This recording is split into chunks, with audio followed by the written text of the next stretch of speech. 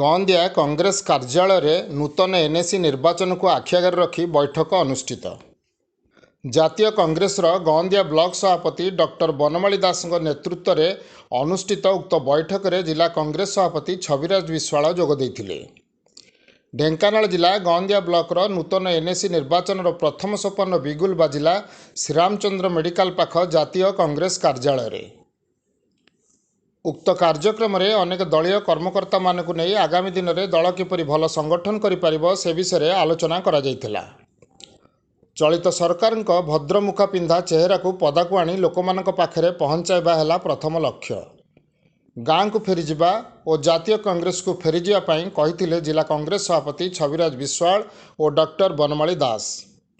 ଚଳିତ ସରକାର କିପରି ଘର ଖଣ୍ଡିଆ ପାଇଁ 30,000 ଟଙ୍କା ମାଗିବା ଭଳି ଅନେକ କଥା ଓ ଦୁର୍ନୀତି କାର୍ଯ୍ୟକଳାପ ବିଷୟରେ ଆଲୋଚନା ହୋଇଥିଲା। ଜାତୀୟ କଂଗ୍ରେସ ଦଳ କିପରି ଗଅଁଦିଆ ଏନ୍ଏସି ଦଖଲ କରିବ ସେଥିପାଇଁ ଉକ୍ତ ସଭାରେ ଯୋଗଦାନ କରିଥିବା ସମସ୍ତ ଭାଇମାନେ ଦୃଢ଼ ଭାବରେ ସଂକଳ୍ପ କରିଥିଲେ। ଛବିରାଜ ବିଶ୍ୱାଳ, ଢେଙ୍କାନାଳ ଜିଲ୍ଲା କଂଗ୍ରେସ କମିଟି ସଭାପତି। ବୈଠକ ନାହିଁ ତ ବୈଠକ କୁହାଯାଇ ପାରିବନି ଆଜି ଯେ କଂଗ୍ରେସର ସଂଗଠନ ଦୁର୍ବଳ ଥିଲା। ଦୀର୍ଘ ବର୍ଷ ଧରି କଂଗ୍ରେସ ଯେଉଁଭଳି ଭାବେ ସଂଗଠିତ ହେବା କଥା ସଂଗଠନ ନଥିଲା। ଏବେ ବନମାଳୀ ବାବୁ ନୂଆ ସଭାପତି ହେଲା ପରେ ତାଙ୍କ ସଭାପତିତ୍ୱରେ ଆଜି କିଛି କର୍ମୀମାନଙ୍କୁ ଡକାଯାଇଥିଲା। କାହିଁକି ନା ଗଅଁଦିଆକୁ ନୂଆ ଭାବେ ଏନ୍ଏସି ଘୋଷଣା କରାଗଲା ଏବଂ ଏନ୍ଏସିର ଦାୟିତ୍ୱ ବି ଜଣେ କଂଗ୍ରେସ ଲୋକଙ୍କୁ ଦିଆଯିବ। ସେଥିପାଇଁ ବନମାଳୀ ବାବୁଙ୍କ ଉପରେ ସେ ଦାୟିତ୍ୱ ଥିଲା ଯେ ଆପଣ କିଛି କଂଗ୍ରେସ ଲୋକଙ୍କୁ ସେ ଏନ୍ଏସି ଏରିଆ ଭିତରୁ ଡାକନ୍ତୁ, ଆମେ କଂଗ୍ରେସଟାକୁ ଏଠି କେମିତି ସଂଗଠିତ କରିବା। ସେଇଥିପାଇଁ ଆଜି ଆମର ବୈଠକଟି ଥିଲା ଏବଂ ବାସ୍ତବରେ ଏଠି ଆଜି ଯେଉଁ ଆମର 50 ଜଣ ଭଳି କଂଗ୍ରେସ ଏନ୍ଏସି ଅଞ୍ଚଳର 50 ଜଣ ଭଳିଆ କର୍ମୀମାନେ ଆସିଥିଲେ, ସେମାନେ ନୂଆ ଭାବେ କଂଗ୍ରେସ ଦଳରେ ଯୋଗ ଦେଉଛନ୍ତି ସାଧାରଣ ଲୋକ। କିନ୍ତୁ ତାଙ୍କର ଯେଉଁ ମନୋଭାବ କହୁଛନ୍ତି ସେମାନେ, ସେ ମନୋଭାବରୁ ପରିଲକ୍ଷିତ ହେଉଛି ଯେ ଆଗାମୀ ଦିନରେ ଏଠି କଂଗ୍ରେସ ଅତି ଭଲ କରିବ। କାରଣ ଗଅଁଦିଆରେ ଯେଉଁଭଳି ଭାବରେ ହେବା କଥା ଉନ୍ନତି, ସେଭଳି ଭାବରେ ଉନ୍ନତି ବିଗତ ବର୍ଷମାନଙ୍କରେ ହେଇନାହିଁ। ଆପଣମାନଙ୍କର ଏଠି ଯାହା ଉନ୍ନତି ଦେଖୁଛନ୍ତି ସେଠି ଏଠିକା ଲୋକମାନେ ନିଜ ଉଦ୍ୟମରେ ସେଟା କରିଛନ୍ତି। ବିଜେଡି ଦଳର 24 ବର୍ଷ ଏବଂ ଇଏ 20 ମାସ ଧରିକିରି ବିଜେପିର ଏବଂ 9 ବର୍ଷ ବି ବିଜେପି ତାଙ୍କ ସାଙ୍ଗେ ଥିଲା। ତାଙ୍କ ସମୟରେ ଏଇ ଗଅଁଦିଆ ପୂର୍ବ ନିର୍ବାଚନ ମଣ୍ଡଳୀ ଏବଂ ବର୍ତ୍ତମାନର ଗଅଁଦିଆ ବ୍ଲକରେ ସେଭଳି କିଛି ଆଖି ଦୃଶିଆ ଉନ୍ନତି ହେଇନାହିଁ ଏବଂ ଦୁର୍ନୀତି ଭ୍ରଷ୍ଟାଚାର ଏଠି ସାଂଘାତିକ ଭାବେ ହେଇଛି। ଏଠି ମାଫିଆ ରାଜ ଚାଲିଛି।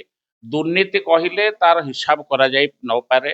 ସାଧାରଣ ଲୋକଟିଏ ପାଇଁ ଘରଟିଏ, ଭତ୍ତାଟିଏ, ଏମିତିକି ଲୋନ୍ଟିଏ ନେବା ପାଇଁ ସବୁ ଜାଗାରେ ଅର୍ଥର ବ୍ୟବହାର ନ କଲେ ହେଉନାହିଁ। ତେଣୁ ୟାକୁ ସଚେତନ କରାଗଲା। ସେ ଲୋକମାନେ ତାଙ୍କ ତରଫରୁ କହିଲେ ଯେ ଏଠି ଆଉ ବିନା ପଇସାରେ କିଛି ଚାଲୁନାହିଁ।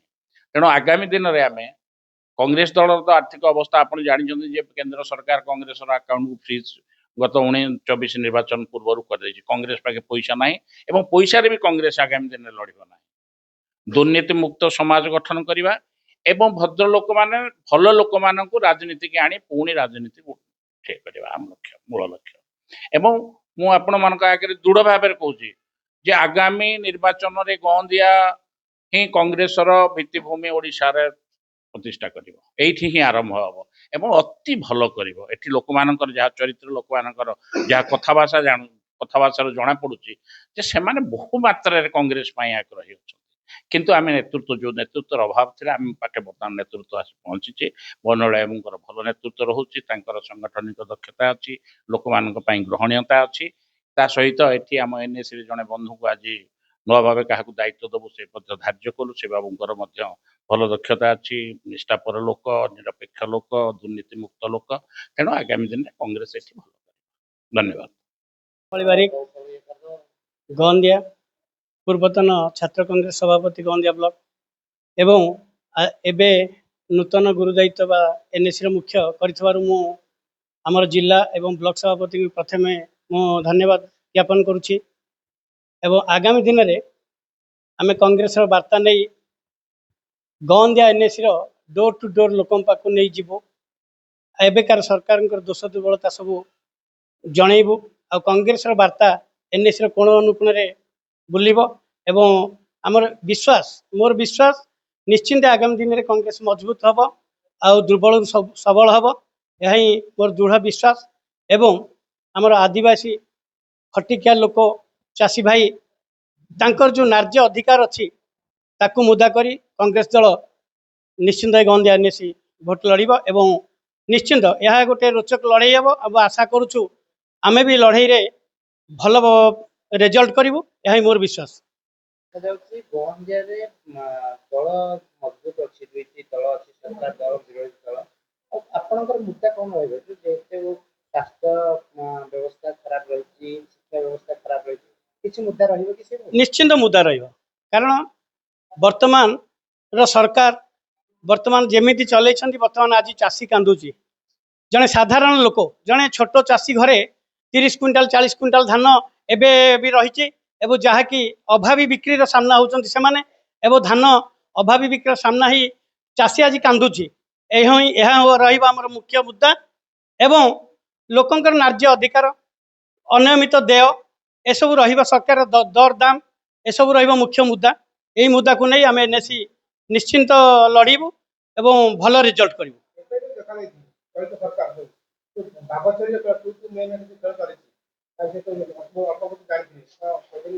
निश्चिंत तू तुम्हें में तो से चली ना से भावुंट जोटा करने चाहते एबाटे रेट रेट बढ़े दौरान किंतु एबाटे लोक दे पारना तू तुम्हें में से निश्चिंत हे तापर जाइथिबा सरकार करिथिबा सरकार मोर कलर पर कलर मड़ई वर्तमान से निजुक माने ये करी चलछन्ती।